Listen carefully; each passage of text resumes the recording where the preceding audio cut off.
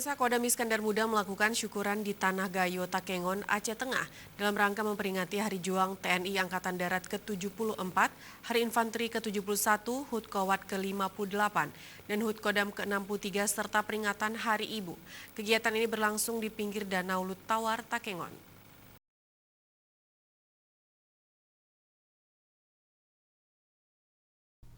Dalam rangkaian peringatan HUT TNI turut dihiasi dengan berbagai kegiatan seperti sepeda santai yang langsung diikuti oleh Pangdam IM dan Kasdam serta jajaran bersama unsur Forkopimda perwakilan Kabupaten Kota se-Aceh.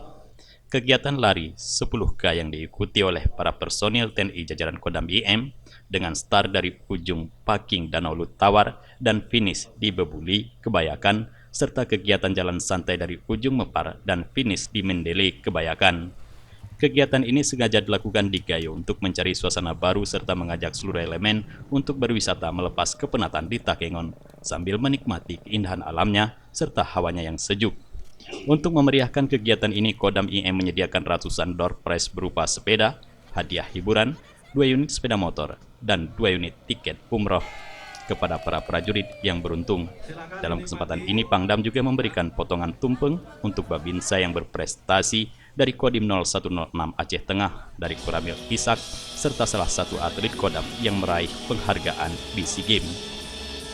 Memang kita hari ini melaksanakan perayaan hari ulang tahun yang kebetulan di bulan Desember adalah rangkaian berapa ulang tahun. Kita jadikan satu untuk efektif dan efisien lah, kira-kira demikian.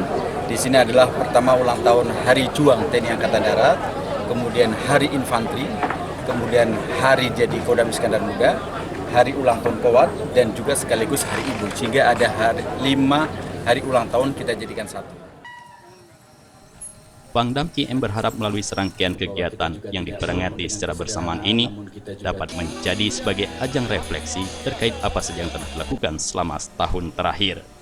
Dari Aceh Tengah, Tim Liputan Aceh TV melaporkan.